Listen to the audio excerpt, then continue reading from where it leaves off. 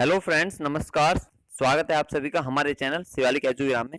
और आज हम लेकर, जैसा कि हमने आपसे कहा था कि हम हर सारे सब्जेक्ट सीटेट के लेकर आएंगे, तो आज उसी सीरीज में हमारा ईवीएस का पहला पार्ट, ईवीएस, जो कि एक इम्पोर्टेंट सब्जेक्ट है और 30 ही नंबर का है प्रॉपर एक पोर्शन। और जैसा कि सभी जानते हैं कि सीटेट करवाने वाली संस्था कौन सी है, एनसीईआरटी।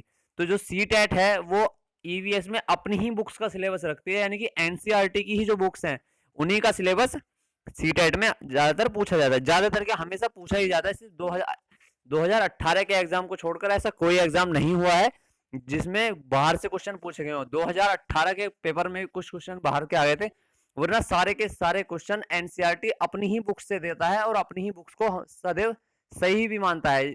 अगर कोई आंसर, उसमें किसी आंसर पर आपत्ति होती है तो कोर्ट में एनसीईआरटी का ही आंसर सही माना जाएगा। तो क्योंकि एनसीईआरटी का सिलेबस, एनसीईआरटी एग्जाम करवाने वाली, तो एनसीईआरटी की हमें क्या पढ़ने पड़ेंगे, एनसीईआरटी हमें पूरी पढ़नी पड़ेगी। तो मैं आपके लिए लेकर आया हूं एनसीईआरटी से जितने इंपॉर्टेंट टॉपिक, जितने इंपॉर्टेंट क्वेश्चन बनने की संभावना है, उन वो सब मैं आपको कराने वाला हूं। ये प्राइमरी के लिए कक्षा 3 से 5 तक एनसीईआरटी आपको सभी को पढ़नी है।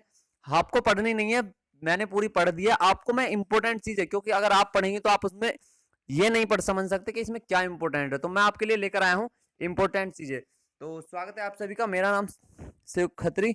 आप हमारे चैनल को अगर पहली बार देख रहे हैं, पहली बार चैनल पर आए हैं, तो प्लीज सब्सक्राइब कीजिए और बेल आइकन को दबा दीजिए और अपने दोस्तों को शेयर कर दीजिए ताकि दूसरों को भी इसका बेनिफिट मिल सके और सभी को सीटेट में मदद मिले। तो हमारा चैनल शिवालिक एजुविरा, आप इसे सब्सक्राइब कीजिए और शेयर कीजिए। तो जैसा कि मैंने अभी कहा कि हम एनसीईआरटी के नोट्स पर आज चर्चा करेंगे। तो ये मेरे स्वयं के बने हुए हैंड रिटन नोट्स हैं और मैं आपको इन्हें ऐसे तरीके से समझाऊंगा जैसा आज तक आपने पहले ना कभी समझा होगा और ना ही सुना होगा, ना ही देखा होगा। तो हमारा तरीका थोड़ा हटके है, क्योंकि हम अपना टारगेट लेकर चलते हैं 130 तक, कम से कम 120 से 130 के बीच में सीटेट में नंबर फंसे। और अगर आपने ये नोट्स पढ़े हैं तो समझ लीजिए आप कम से कम 30 में से 28 क्वेश्चन सही कर पाएंगे। 30 में से 28।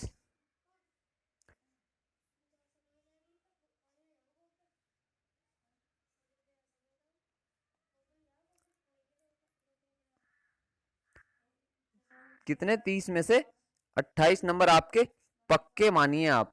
तो इतने एग्जाम्स, इतने नंबर काफी होते हैं। तो ये नोट्स इतने इंपॉर्टेंट हैं, इतने ज्यादा बेटर हैं। तो ऐसा डिस्क्राइब किसी ने आज तक आपको नहीं किया होगा। एनसीईआरटी का हर एक इंपॉर्टेंट टॉपिक जिसका आने के 1% भी चांस है, वो सब मैंने इसमें इंक्लूड किया है। और ऐसे क्या है कि आप एक बार देखकर आपको नोट्स बनाने की भी जरूरत नहीं है, आप सीधा सीधा याद रख सकते हैं। लेकिन मैं फिर भी यही कहूंगा कि आप पेन और कॉपी ले लीजिए, मैं बोलता चलूंगा, आपको समझाता चलूंगा और आप इसको नोट करते चलिए। तो सबसे पहले जो एनसीईआरटी, फिर से एक बार बोल रहा हूं, हमारे चैनल को अभी सब्सक्राइब कर दीजिए और प्लीज शेयर भी कीजिए और बेल आइकन दबा दीजिए ताकि आप हमारे आने वाले वीडियो के नोटिफिकेशन आपको मिलते रहें। बेल आइकन दबाना बिल्कुल ना भूलें। तो सबसे पहले जो आप चित्र में देख पा रहे हो, मैं आपको बता दूं कि हम क्या पढ़ा रहे हैं। हम पढ़ा रहे हैं कि जैसे कि हमारा देश विविधताओं से भरा हुआ है और हमारे देश की विविधता में एकता ही हमारे देश की क्या है, ताकत है। तो हमारे देश में अलग अलग एरिया, अलग अलग तरह के लोग और अलग अलग तरह के साधन है। तो किस राज्य में, क्योंकि एनसीईआरटी पूरा इंडिया में एक जैसा ही सिलेबस है, सिर्फ लैंग्वेज का फर्क है, कहीं किसी लैंग्वेज में किताबें हैं, कहीं किसी लैंग्वेज में, लेकिन जो उसमें सिलेबस है वो पूरे इंडिया में क्या है, एनसीईआरटी का वो सेम है। तो किस राज्य में स्कूल जाने के लिए बच्चे क्या साधन प्रयोग करते हैं और किस तरीके से बच्चे विद्यालय तक पहुंचते हैं, वो सब एनसीईआरटी ने बताया है, ताकि बच्चों को पूरे देश का जो भी साधन है, जैसे जैसे बच्चे कहाँ किस तरीके से स्ट्रगल करके विद्यालय पहुंचते हैं, वो सब एनसीईआरटी बच्चों को बताता है कि अपनी किताबों के माध्यम से। तो जो इसमें आप पहला चित्र देख पा रहे हैं, ये एक बांस और रस्सी से बना हुआ पुल है। तो इस तरह का पुल बच्चे किस राज्य में स्कूल जाने के लिए प्रयोग करते हैं, यानी कि ये जो बांस का पुल है, नदी पार करने के लिए बच्चे ऐसा कहां पर करते हैं, तो कहां करते हैं, असम में। बांस के पुल का प्रयोग बच्चे असम में करते हैं। और यहीं से मैं आपको एक जीके का क्वेश्चन भी बता देता हूं कि भारत में सबसे ज्यादा बांस पैदा करने वाला राज्य कौन सा है, वो असम ही है। तो इसी, और यहाँ पर असम में बच्चे स्कूल जाने के लिए बांस और रस्सी से बने हुए पुल का प्रयोग करते हैं। और एक और चीज के बांस से बना हुआ जो फर्नीचर है वो सबसे ज्यादा और सबसे अच्छी क्वालिटी का कहाँ मिलता है, वो भी आसाम में ही मिलता है। तो आप इस चित्र में देख पा रहे होंगे कि यहाँ पर थोड़े पहाड़ जैसे पीछे कुछ दिख रहे हैं और बच्चे किस में बैठे हैं, एक ट्रॉली में, जिसे रोप वे जैसा कुछ है ये, तो इसे ट्रॉली बोलते हैं, ट्रॉली या रोप वे। तो इस तरीके का साधन बच्चे किस जगह पर यूज करते हैं, तो ये करते हैं लद्दाख में। कहां पर करते हैं, लद्दाख में। तो लद्दाख में बच्चे क्या करते हैं, लद्दाख में बच्चे ट्रॉली में बैठकर एक जगह से दूसरी जगह पर ट्रैवल करते हैं और अपने स्कूल्स को जाते हैं। तो लद्दाख में क्या होता है, ट्रैवल, क्योंकि रास्ते तो वहां पर पहाड़ी और बर्फीला एरिया है, सबसे ज्यादा सर्दी भी उधर रहती है, तो रास्ते इतने अच्छे नहीं होते हैं, तो लोग वहां पर ट्रॉली का यूज करते हैं सबसे ज्यादा, और बच्चे भी ट्रॉली में बैठकर ही स्कूल जाते हैं। तो एनसीईआरटी के अकॉर्डिंग लद्दाख में ट्रॉली का यूज होता है। अब आप कहेंगे कि आपका एरिया, हम जहाँ से हम यहाँ एनसीआर में रहते हैं, तो ये कैसा एरिया है, समतल और मैदानी भाग है, तो हमारे यहाँ पर ब्रिज कैसे होते हैं, सीमेंट के बने हुए ब्रिज होते हैं। तो अगर आ जाता है कि सीमेंट के ब्रिज कहाँ पर यूज होते हैं, तो या तो उसमें आंसर आपको समतल होगा या मैदानी भाग लिखा हुआ होगा। आगे चलिए, तो अब आप चित्र में देख पा रहे होंगे एक पतली और संकरी लंबी सी नाव, तो इसका नाम है वल्लम। वल्लम नोट कर लीजिए, वल्लम। तो वल्लम एक लकड़ी की नाव है जो बहुत मतलब लंबी होती है और संकरी होती है। तो इसे कहां पर यूज किया जाता है, केरल में।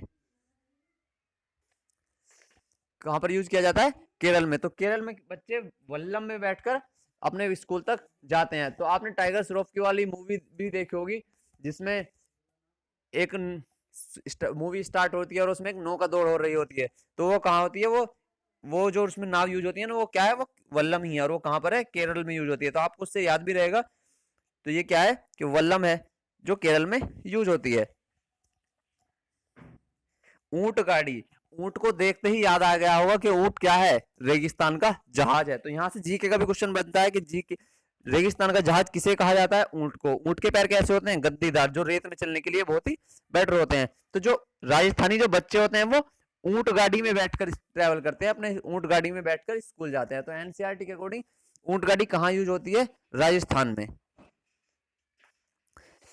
बैलगाड़ी, बैलगाड़ी का यूज जो होता है वो समतल मैदानों में होता है, क्योंकि बैलगाड़ी जो है सपाट रास्तों पर ही चलती है, उबड़ खाबड़ में तो नहीं चलेगी।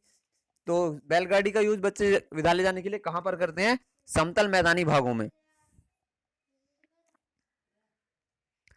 अब जैसे कि आप इस चित्र में देख पा रहे हैं, ये एक पहाड़ी एरिया है और यहाँ पर क्या है, उबड़ खाबड़ सा एक रास्ता दिखाई दे रहा है, जो पथरीला रास्ता है, पत्थर बिखरे हुए हैं जगह जगह पर, उबड़ खाबड़ रास्ता। तो उबड़ खाबड़ रास्ते कहाँ पाए जाते हैं, तो समझ ही गए होंगे कि इसमें पर्वत दिखाई दे रहे हैं, तो और ये उबड़ खाबड़ यहाँ पर रास्ता भी दिखाई दे रहा है। तो ऐसा रास्ता उबड़ खाबड़ कहाँ पर होगा, पहाड़ी क्षेत्रों में। तो इसका आंसर क्या होगा, उबड़ खाबड़ रास्ते कहाँ पर होते हैं, या पर्वतीय क्षेत्रों में। और एनसीईआरटी में इसके लिए उत्तराखंड का नाम दिया हुआ है, क्योंकि उत्तराखंड में क्या है, हमारे बहुत सारे पहाड़ हैं और हम बहुत सारे पहाड़ी रास्ते उधर है, तो उबड़ खाबड़ रास्ते कहाँ होते हैं, वो उत्तराखंड में। अब नेक्स्ट टॉपिक पर आ जाते हैं, पक्षियों से। तो एनसीईआरटी में ये इंपोर्टेंट क्वेश्चन बन जाता है एग्जाम्स में ईवीएस के लिए, कि पक्षियों की जो आंखें होती हैं वो किस तरफ ज्यादा होती हैं। तो आप इस चित्र में देख ही पा रहे होंगे कि पक्षी की जो आंखें हैं वो सर की तरफ ज्यादा अधिक होती हैं। कहां पर होती हैं, सर की तरफ। इससे वो अपनी दृष्टि को सामने एक जगह पर बहुत ही जल्दी, इंसानों के मुकाबले बहुत अधिक तेज एक ही जगह पर फोकस कर पाते हैं। हालांकि ये एक बार में दोनों तरफ देखने में इन्हें समस्या होती है, मतलब एक देख सकते हैं दोनों तरफ, लेकिन दोनों तरफ एक साथ इनका फोकस नहीं बन पाता। तो ये अपनी दृष्टि से सामने फोकस अधिक बना सकते हैं। तो इनकी आंखें किस तरफ होती है, इनकी आंखें सर की तरफ होती है। जैसे कि इस चित्र में देखिए, उल्लू की तो कितनी प्यारी सी आंखें हैं, जो एकदम सर पे हैं, उसके सामने बिल्कुल सर की तरफ है, और इससे सामने देखने में इसे बहुत आसानी होती है। सभी जानते हैं कि उल्लू कब देखता है, रात में। उल्लू को बेटर दिखाई देता है रात को, और दिन में ये पेड़ों के खोखरों वगैरह या पुराने खंडरों वगैरह में छिप जाते हैं, तो अंधेरे में बाहर निकलते हैं। आ जाते हैं पक्षियों के कान। क्या आपने किसी ने पक्षी के कान देखे हैं, नहीं, लेकिन फिर भी पक्षियों का आवाज तो आती है। तो आप सोचते होंगे कि पक्षी कैसे सुनते हैं। तो पक्षियों के सुनने के लिए क्या होते हैं, हम उनके बाहर कान नहीं होते, उनकी त्वचा में ही क्या होते हैं, छिद्र होते हैं। और छिद्र कुछ, उनकी आंखें थोड़ा पिछले हिस्से में होते हैं, जो उनकी आंख, उनके शरीर पर जो फर होते हैं उनसे ढके रहते हैं, और यही क्या होते हैं, इनके कान होते हैं। और इन्हीं के जैसे कुछ जानवर भी हैं जिनके कान छिपे हुए होते हैं, या जिनके त्वचा के बाहर कान नहीं होते, सिर्फ उन्हें एक छोटा सा होल होता है जिससे वो सुनते हैं। तो कौन कौन से ऐसे छिपकली है एक, तो देखिए छिपकली के कान जो होते हैं वो त्वचा में एक छेद के जैसे होते हैं और छिपकली इन्हीं से सुनती है। कोमोडो ड्रैगन के कान भी आप देख पा रहे होंगे कि त्वचा के बाहर नहीं है, त्वचा उसके कान की जगह पर भी क्या है, एक छेद दिया हुआ है, इसे क्या है, कोमोडो ड्रैगन। जैसे हमारे यहाँ पर होता है पटरा गोल, चंदन गोल, गोए जैसी होती हैं, ऐसा ही एक बड़ा सा जानवर होता है थोड़ा उससे, और इसी बोलते हैं कोमोडो ड्रैगन। मगरमच्छ की जो होती है, मगरमच्छ के कान भी त्वचा के बाहर नहीं होते, मगरमच्छ के कान का होते हैं, उसके कान भी उसकी त्वचा में ही छिपे रहते हैं, उसकी आंख के थोड़ा पीछे छोटे छोटे छिद्रों के रूप में। तो उसके कान, मगरमच्छ के कान भी त्वचा के बाहर नहीं होते हैं, उसके कान भी क्या होते हैं, अंदर ही छिपे रहते हैं उसकी त्वचा में, और सिर्फ छोटे छोटे छेदों के द्वारा वही वो सुनता है, और जरा सा खटका होते ही, जरा सा शोर होते ही वो चल देता है। आपने सभी ने बहुत सारे ऐसे जानवर देखे होंगे जिनके अलग अलग, उनकी त्वचा पर अलग अलग आपको डिजाइन देखने के लिए मिलते हैं। जैसे तेंदुआ होता है और उस पे पीले और काले रंग की धारियां होती हैं और गोल गोल आकृतियां बनी रहती हैं। हमारा राष्ट्रीय पशु बाघ, उस पे काले रंग की लंबी धारियां होती हैं और उसका पीला रंग होता है। ऐसे ही चित्र में दिख रहा होगा जेब्रा, जो पूरा सफेद है और उस पे काले रंग की धारियां बनी हुई है। ऐसे ही बहुत सारे जानवर आपने देखे होंगे जिनके अलग अलग तरह के डिजाइन होते हैं। जैसे कई सारे पशु होते हैं, गायें होते हैं, तो उसमें कई सारे 2-3 कलर के उसके बाल होते हैं, जैसे लाल, सफेद और उस पर काले निशान।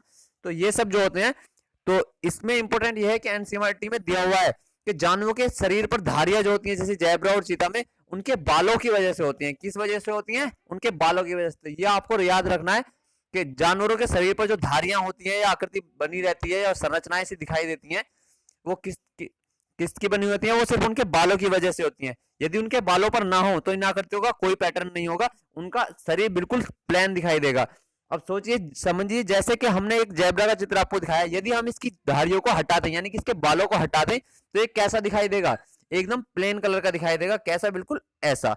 देखिए, अगर जेब्रा की धारियों को हम ऊपर की तरफ हटा दें तो ये जेब्रा बिल्कुल कैसा दिखाई देगा? सफेद। यानी कि इसके बालों को अगर काट दिया जाए तो आप जेब्रा और सफेद घोड़े में थोड़ा ही अंतर मुश्किल से कर पाएंगे, क्योंकि बिल्कुल ये कुछ कुछ देखने में घोड़े के जैसा ही होता है और अपनी धारियों से ही थोड़ा अलग होता है। तो अगर जेब्रा के बाल काट दिए जाए तो उसका कोई कलर एक जैसा हो जाएगा, वो सपाट दिखाई देगा, मतलब सपाट रहेगा, उसका कोई पैटर्न नहीं होगा उसके शरीर पर, और ना ही कोई आकृति या डिजाइन जैसे कुछ बने हुए दिखाई देंगे। तो इनके बालों से ही आप इनके बालों से ही आप पता लगा सकते हैं कि जो ये जंतु हैं वो अंडे देते हैं या वो बच्चे पैदा करते हैं। तो अब अब जिन जंतुओं के कान होते हैं और शरीर पर बाल होते हैं, वो बच्चों को जन्म देते हैं। यही चीज इसमें नोट करने वाली है, क्योंकि कई बार ये क्वेश्चन एनसीईआरटी के सीटेट पेपर 1 में पूछा गया है कि जिन जंतुओं के जंतु बच्चे पैदा करते हैं, उनके कान होते हैं या शरीर पर बाल होते हैं या नहीं होते हैं। तो इसी तरीके से कई तरीके से बदल बदल कर पूछ लेता है। तो आपको ये पूरी लाइन याद रखनी है कि जिन जंतुओं के कान होते हैं और शरीर पर बाल होंगे, वो हमेशा बच्चों को ही जन्म देंगे। जैसे कि बिल्ली, देखिए बिल्ली के कान जो होते हैं काफी, बिल्ली एक जंगली जंतु है, वैसे तो पालतू भी होती है बिल्ली, तो उसके कान बाहर होते हैं त्वचा के, उसके कान अलग दिखाई देते हैं, और बिल्ली के शरीर पे क्या होते हैं? बाल भी होते हैं। तो बिल्ली बच्चों को जन्म देती है। ऐसे ही इसमें ये कुत्ता, यानी कि ये मादा कुत्ता जो होती है, ये भी बच्चों को जन्म देती है।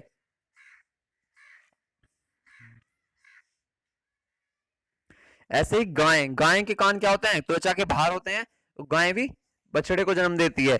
ऐसे ही बिल्ली भी, जितने भी जिन जंतुओं के कान त्वचा के बाहर होंगे और शरीर पर बाल होंगे, वो हमेशा बच्चों को ही जन्म देंगे। ये आपको हमेशा याद रखना है, इस बात को नोट कर लीजिए। और ये एनसीईआरटी के बेसिस पर ये बहुत ही इंपॉर्टेंट भी है, क्योंकि ऐसे ही क्वेश्चन सिंपल सिंपल से बिल्कुल एनसीईआरटी में पूछे जाते हैं। एनसीईआरटी के सीटेट एग्जाम में, एनसीईआरटी, तो एनसीईआरटी के एग्जाम में ऐसे ही सिंपल सिंपल से क्वेश्चन पूछे जाते हैं, और आप इन्हीं क्वेश्चन को याद करके 30 में से 28-29 तक नंबर आराम से ला सकते हैं। और आप 30 में से 30 भी ला सकते हैं यदि आपने और बिल्कुल आप एक एक बात को सटीक रूप से याद रखते हैं। तो अब जिन जंतुओं के कान नहीं छिपे हुए होते हैं, यानी कि मैंने आपको जो पीछे दिखाया कि जिन जंतुओं के कान की जगह सिर्फ छिद्र होते हैं और उनकी त्वचा पर बाल भी नहीं होते हैं, तो वो क्या करते हैं? वो देखिए, शेर भी, मादा शेरनी भी अपने बच्चों को जन्म देती है, क्योंकि इनके कान भी होते हैं और इनके त्वचा पर बाल भी होते हैं। ऐसे ही बियर भी, भालू भी बच्चे को जन्म देता है और उसकी त्वचा पर बाल भी होते हैं और उसके कान भी होते हैं। अब आते हैं जिनके कान छिपे हुए होते हैं, जैसे कि पक्षी और छिपकली, कोमोडो ड्रैगन, मगरमच्छ, ऐसे बहुत सारे स्नेक, ये बहुत सारे ऐसे जंतु हैं जिनके कान छिपे हुए होते हैं, यानी कि इनके कानों की जगह पर क्या होते हैं, छिद्र होते हैं, और उनकी त्वचा पर बाल नहीं होती हैं। तो वो क्या करते हैं, वो अंडे देते हैं, अंडों के द्वारा वो अपनी प्रजाति को आगे बढ़ाते हैं। तो चित्र में आप देख पा रहे होंगे एक पक्षी अंडों के साथ बैठा है। तो पहले क्या होता है, अंडा होता है और फिर उसमें से अंडों में से बच्चे निकलते हैं। तो आपको यहाँ से एक संस्कृत का क्वेश्चन भी बन जाएगा कि जो द्विज होता है, द्विज क्या होता है, तो द्विज पक्षी को ही बोलते हैं, ब्राह्मण को ही बोलते हैं। तो द्विज मतलब 2 बार जन्म लेने वाला, जिसका 2 बार जन्म हुआ हो। तो पहले अंडा होता है, फिर अंडे से चूजा निकलता है, तो ये क्या होता है, द्विज होता है। ऐसे ही इसमें काफी सारे हैं, देखिए आगे, जैसे तोता होता है, तोते के अंडे होते हैं और फिर अंडों में से चूजे निकलते हैं। ऐसे ही काफी सारे होते हैं। देखिए इसमें छोटा सा बिल्कुल चूजा अंडे में से निकल रहा है। बाज जो होते हैं उसके भी कान उसके फरों में छिपे हुए होते हैं और उसकी त्वचा पर भी बाल नहीं होते हैं। ये त्वचा पर इनके फर है, ना कि बाल हैं। फर मतलब पंख, जैसे पंख हैं, और ये बाल नहीं है। तो आज का हमारा आपको वीडियो कैसा लगा, तो प्लीज गाइस जरूर बताइएगा और अपने दोस्तों को शेयर भी कीजिएगा। तो आप सभी को पता है हमारा चैनल का नाम शिवालिक एजुविरा। अगर आपने अभी तक सब्सक्राइब नहीं किया है तो गाइस प्लीज सब्सक्राइब कर दीजिए। और अगर आपको हमारे वीडियोस का डिस्क्राइब करने का तरीका, हमारा पढ़ाने का पैटर्न अच्छा लग रहा है कि हम अच्छे से समझा पा रहे हैं, तो आप प्लीज सब्सक्राइब जरूर करें और अपने दोस्तों को शेयर भी करें। और दोस्तों से, अपने सभी से, जितने भी आपके कॉलेज फ्रेंड्स हैं, आपके कॉलेज के ग्रुप हैं, या आपका कोई नेबर है या रिलेटिव हैं जो सीटेट की तैयारी कर रहे हैं, उनको हमारा लिंक शेयर करके सब्सक्राइब करने के लिए जरूर बोलें। क्योंकि जितने जल्दी आप हमारे सब्सक्राइब बढ़वाएंगे, हम उतना ही बेटर मटेरियल तैयार करने के लिए हमें थोड़ी इस खुशी से मिलती है अगर आप सब्सक्राइब कराते हैं और अगर आप हमारा वीडियो लाइक करते हैं। तो गाइस ऐसे ही हमारे साथ बने रहें। मैं शिव खत्री, हमारे चैनल को सब्सक्राइब कीजिए और आपको वीडियो पसंद आया तो लाइक कीजिए। और हम जल्दी ही आपको सक्सेस की तरफ लेकर जाएंगे। सीटेट आपका पार, बिल्कुल हमारा टारगेट यही है कि हम आपका सीटेट क्लियर पास कराएं और आप जल्दी से जल्दी एक भावी शिक्षक की ओर बढ़ें और आप जल्दी से जल्दी एक भावी शिक्षक बने। तो जैसा कि आपको पता ही है कि 69,000 वैकेंसी भर्ती जो कोर्ट में चल रही थी, उसका फैसला आ चुका है और उसके रिलेटेड वीडियो हमने अपने YouTube चैनल पर डाल दिया है। तो जो भी उसमें प्रावधान किए गए हैं कोर्ट की माननीय उच्च न्यायालय की तरफ से, आप उस वीडियो को जाकर हमारे वीडियो डिस्क्रिप्शन में, शायद या तो आपको डिस्क्रिप्शन में उसका लिंक भी मिल जाएगा और आप हमारे वीडियो चैनल में जाकर प्लेलिस्ट में उसको इन्फॉर्मेशन वाली में जाकर देख भी सकते हैं। तो वो वीडियो हमने डाल दिया है। तो उस भर्ती की मेरिट के अंक क्या रहेंगे और मेरिट कब तक लगेगी, रिजल्ट कब आएगा, ज्वाइनिंग कब होगी और भर्ती पूरी होने की संभावनाएं कब तक है, तो उसे आप उस वीडियो में जाकर देख सकते हैं। सारी डिटेल आपको वहां पर मिल जाएंगी। तो ये ईवीएस का पार्ट 1 था और पार्ट 2 इसका आपको कल मिल जाएगा। एनसीईआरटी बेस्ड जो होगा, और जो एनसीईआरटी से अलग अकॉर्डिंग 15 क्वेश्चंस आते हैं, वो भी हम आपको टॉपिक वाइज टॉपिक सारे वीडियोस प्रोवाइड जल्दी ही कराएंगे। तो ये सीटेट में, हमारा सीटेट के लिए हमारा न्यू चैनल है, पहला चैनल मैथ के लिए है, और इस चैनल को जरूर सब्सक्राइब कीजिए। और सीटेट पे हमने अभी स्टार्ट किया, तो इसलिए आपको प्लेलिस्ट में ज्यादा वीडियो नहीं मिलेंगे, लेकिन हम डेली के डेली आपको वीडियो प्रोवाइड कराते रहेंगे। तो please guys subscribe and like share जरूर कीजिए। Thank you.